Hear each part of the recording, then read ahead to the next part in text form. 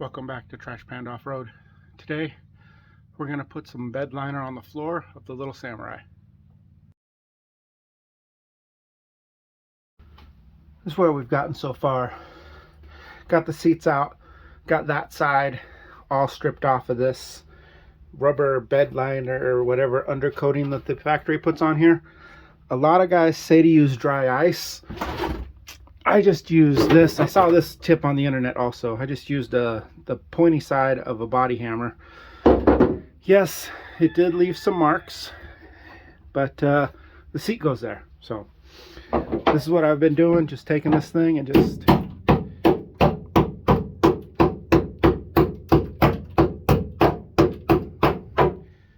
breaking it all out of there. So I'm going to use this, chip off the driver's side, and then we'll get it cleaned up and see what needs to be fixed.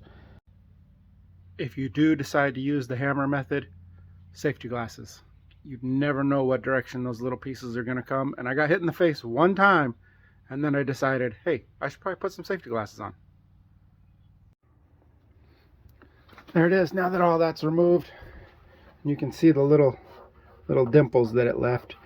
I'm hoping that when I put the bed liner over that, that'll clear that right up.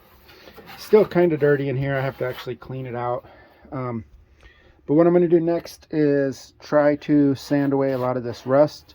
I'm going to patch panel this. I'm going to try to use my welder. I don't want to just zip it down with like sheet metal screws. So I'm going to try to weld a piece over it. See how that works. If I can get that to not burn through like crazy. Grind as much of this rust off as I can. Shoot it with some Rust-Oleum rust stopper. And then there's a couple other places that need welded, like it's cracked over there. Right there, I'm going to try to weld that up and clean up some of this rust. I was pretty sure that I wasn't going to be able to get those welded in there without blowing through it. I use these old oil pans. They're the big pans. They look like big baking pans. Some guys use license plates and stuff. One of these has lasted like years and years. So I knew I wouldn't be able to weld it. So what I did is I just used some very small rivets and riveted it down. And then I did a very crappy job because it blew through a lot, but I was able to weld up those cracks. So now got all that stuff taken care of. Now we're going to clean this out real good, scuff this up a little bit so we can get some adhesion to it. Yeah, I think that's what we're gonna do next. Well, let's scuff it, then we'll clean it, scuff it, whatever, a couple times, I'm sure, in order to get the surface that I want to be able to put that bed liner on. This is the part where I remind you guys, I'm not a mechanic.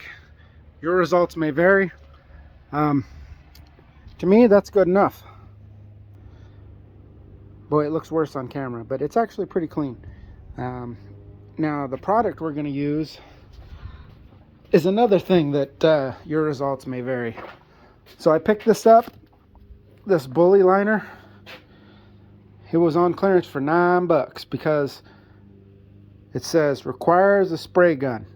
But the box that it comes in says you could brush it on. So this is the container that you hook to the spray gun and then shoot it.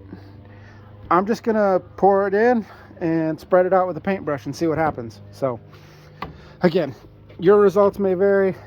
Don't do what I do, and not a mechanic.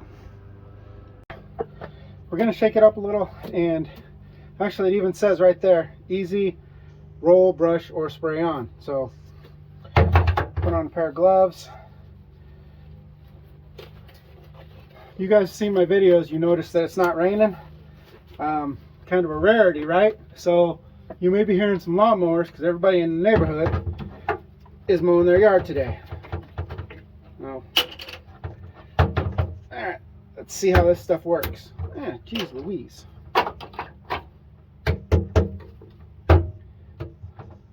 Alright, wish us luck. Uh-oh, oh, there we go. Oh, that's thick. That was supposed to shoot out of a gun.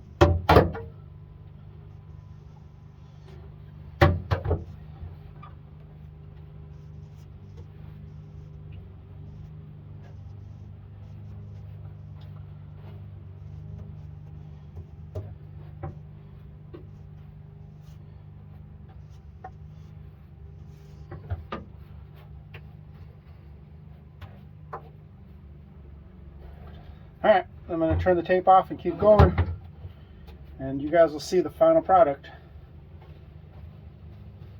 Might have to do 2 coats on the sidewalls there. Might have to do 2 coats everywhere. I don't know.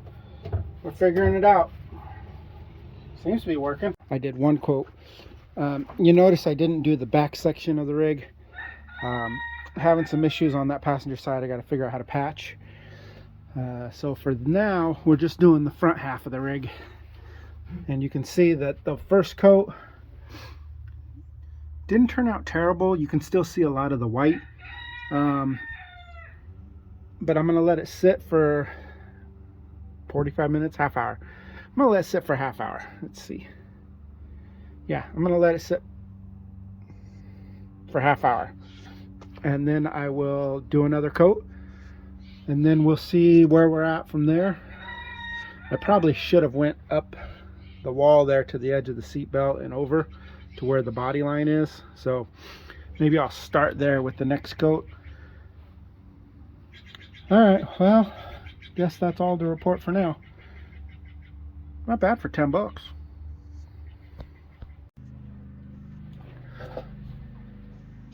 Had a little bit of time while that dried off, so I went ahead and sanded down the hood that had been sitting forever and hit it with some primer.